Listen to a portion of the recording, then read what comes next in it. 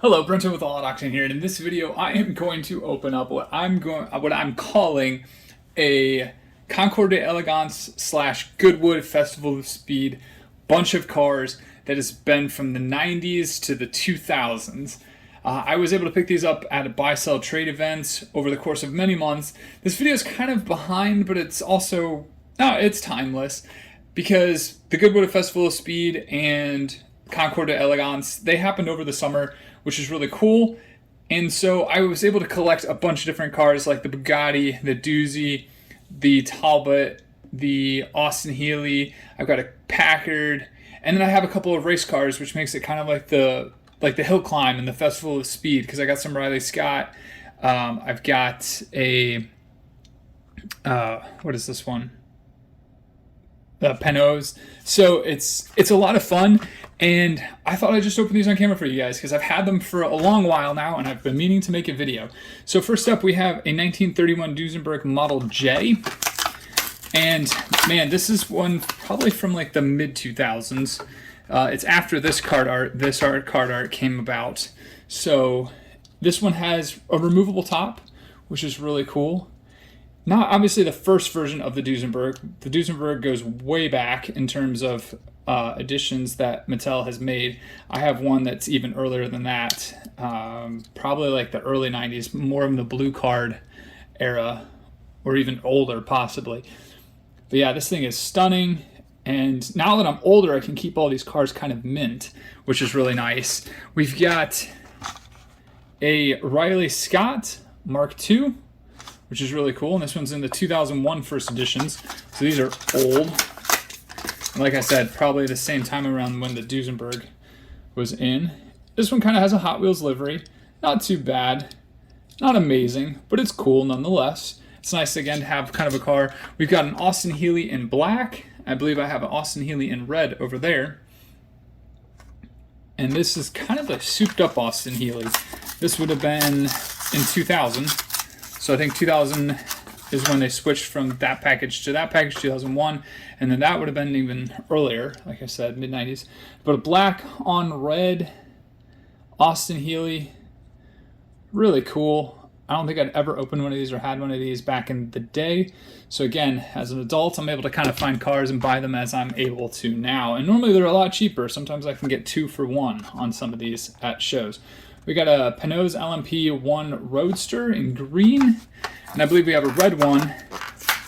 It's a little different right there, so we'll get opening into that one here in a bit. Not really sure I like the rim choice on this one, but I do like the car itself. I actually think I like the coupe better. The Roadster's all right, but the coupe is something else.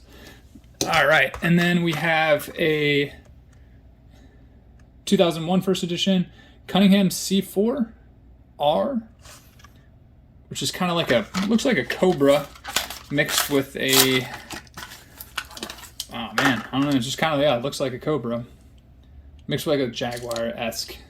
It's kind of like what it looks like. Definitely a kind of like a Goodwood Concours car, or Amelia Island. I really like cars like that. It's really cool to me. Next up we have a 37 Bugatti. Now I do have the blue Bugatti from the 90s with the blue card, but that one's from my childhood. My dad picked that one up a long time ago, so I'm not going to really open that one. I have that one kind of displayed, but I will open up this one because, you know, it's a little easier to come by. And these cars are stunning. I love going into Barnes & Noble and looking at all the books of photos with these cars.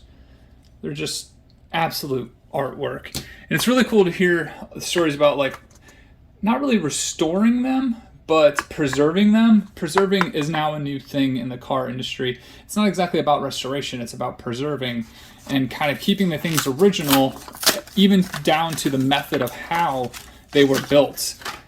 So Road and Track did an article about that in their R&T magazine not too long ago.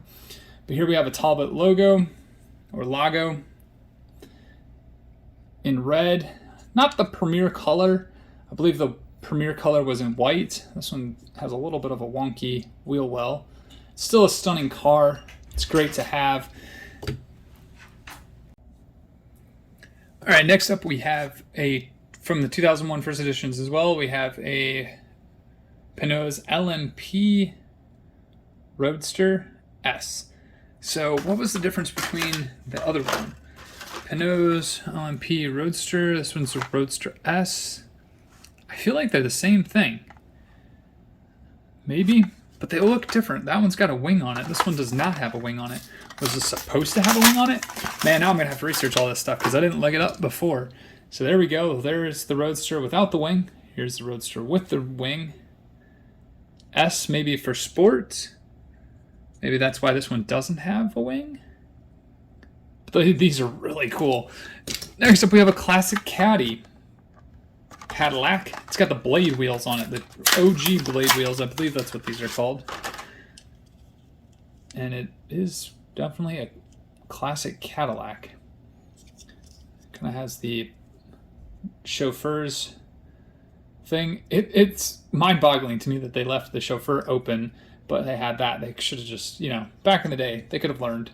Or they should have done things. Who knows? That's really cool, though. Such a cool car. Next up, we have a red Austin Healey. These are kind of like a little bit muscle car-esque, but they're still pretty cool. So there we go. There's one in red.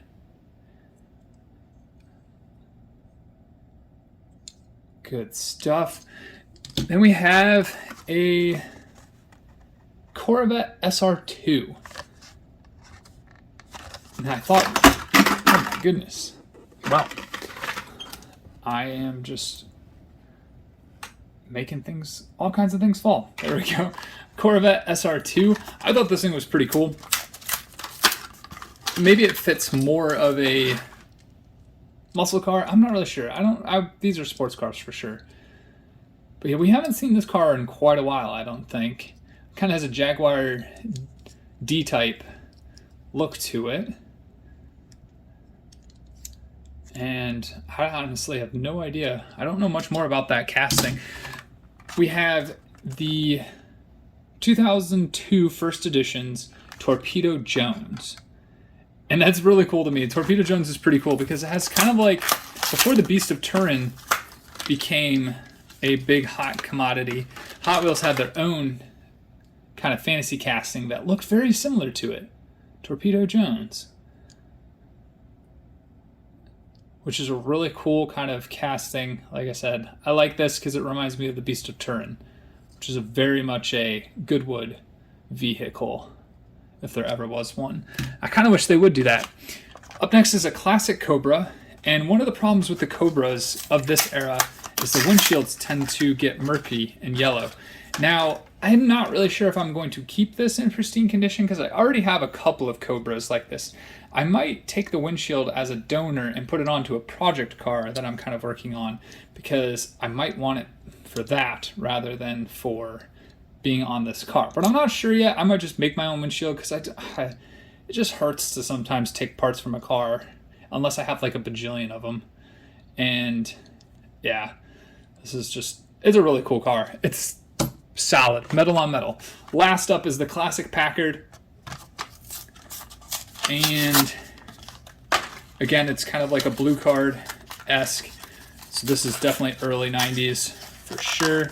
Sorry, it's kind of off camera. I'm trying to get it. Obviously, I bumped my own camera. And there we go. This is such a stately vehicle. It's great to have one in the collection. Again, as a kid, I didn't have one of these, so it's nice to have it now. And it's nice to have kind of Concours type cars. And hopefully someday I can get a Concours type video up, a specific one with all of my older cars plus these newer ones. But let me know what you thought of the video. Do you like the Concours de Elegance / Amelia Island / Goodwood Festival of Speed bunch of vehicles? If you did, let me know in the comments below. And until the next one, have a good one.